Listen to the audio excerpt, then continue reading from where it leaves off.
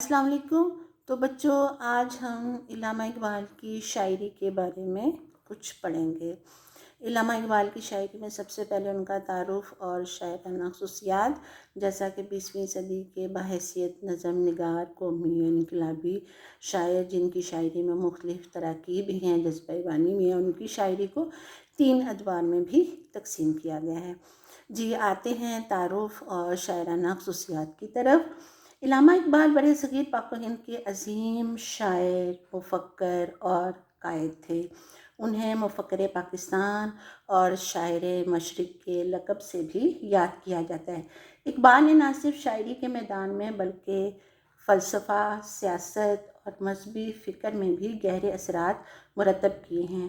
وہ مسلمانوں کے لیے ایک علیحدہ وطن کے تصور کے بانیوں میں سے تھے اور انہوں نے اپنی شاعری اور خطابات کے ذریعے مسلمانوں کو بیدار کرنے کی کوشش بھی کی۔ اب شاعری کا مختصر تعارف۔ اقبال کی شاعری اردو اور فارسی دونوں زبانوں میں ہے۔ ان کی شاعری کا بنیادی محور انسان کی خودی کی تعمیر، عشق حقیقی اور قومی بیداری ہے۔ انہوں نے اپنی شاعری کے ذریعے انسان کو اس کی ذات کی پہچان، اس کی صلاحیتوں کے ادراک اور کمال کی راہ پر گامزن ہونے کی ترغیب دی ہے۔ علامہ اقبال کی شاعری اردو فارسی ادب کی عظیم ترین خزانوں میں سے ایک ہے۔ ان کی شاعری نہ صرف فنی اعتبار سے بلند پایا ہے بلکہ اس میں فکر کی گہرائی، فلسفانہ بصیرت اور قومی جذبات کی عکاسی بھی نمایاں ملتی ہے۔ اقبال کی شاعری کو سمجھنے کے لیے ان کے دور، ان کے فلسفے اور ان کے مشن کو سمجھنا بھی بہت ضروری ہے۔ سب سے پہلے آ جاتا ہے خودی کا فلسفہ۔ علامہ اقبال کی شاعری کا بنیادی محور انسان کی خودی کی تعمیر اور اس کی بیداری ہے۔ انہوں نے اپنی شاعری کے ذریعے انسان کو اس کی حقیقی طاقت اور صلاحیتوں سے آگاہ کیا ہے۔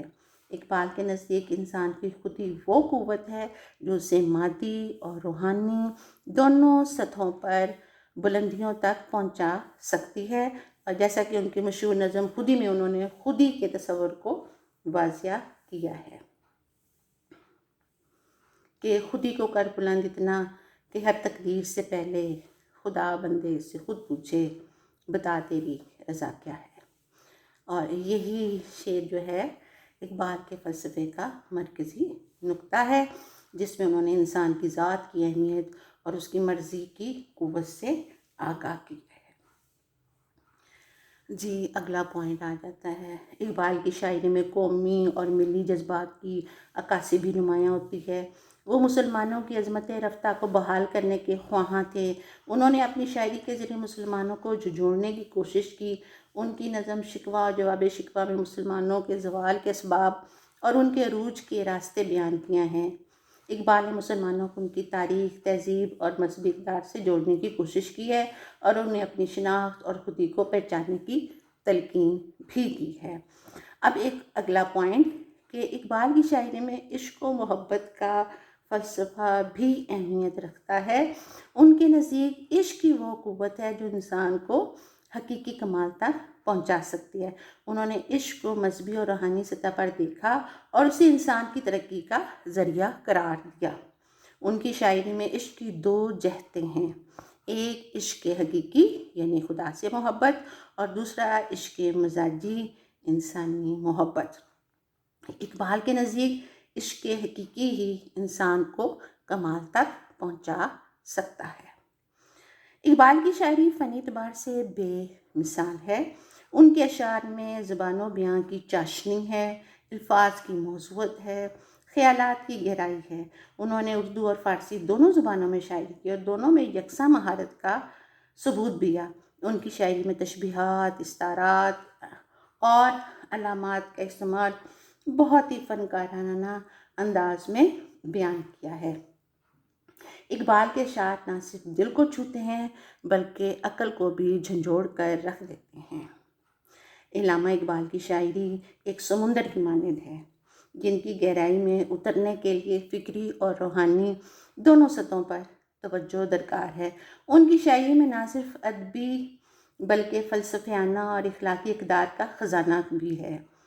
اقبال نے اپنی شاعری کے ذریعے انسان کو اس کی حقیقی طاقت سے روشناس کرایا ہے اور اسے کمال کی راہ پر گامزن ہونے کی ترغیب دی ہے۔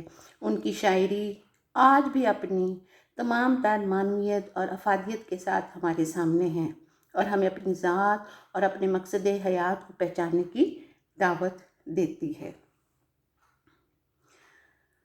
علامہ اقبال بحیثیت نظم نگار اردو اور فارسی ادب کے عظیم ترین شاعروں میں سے ہیں اور ان کی شاعری میں فکر کی گہرائی، فلسفیانہ بصیرت اور قومی اور ملی جذبات کی عکاسی بھی نمایاں نظر آتی ہے۔ یہ تھے کچھ شاعری کے اہم موضوعات، اور اس کے علاوہ ان کی منظومات ہیں جو چند بلکہ 2 ہی میں نے لکھی ہیں، طلوع اسلام اور بچے کی دعا، اور پھر ان کے مجموعہ کلام ہے بانگ درا، بال جبریل، ضرب کلیم، ارغمان حجاز، پیام مشرق، جاوید نامہ، اسرار خودی وغیرہ وغیرہ۔ تو بچوں، یہ تھوڑا سا مختصر ان کی شخصیت کا تعارف اور ان کی شاعرانہ خصوصیات۔ اجازت دیجیے، اللہ حافظ۔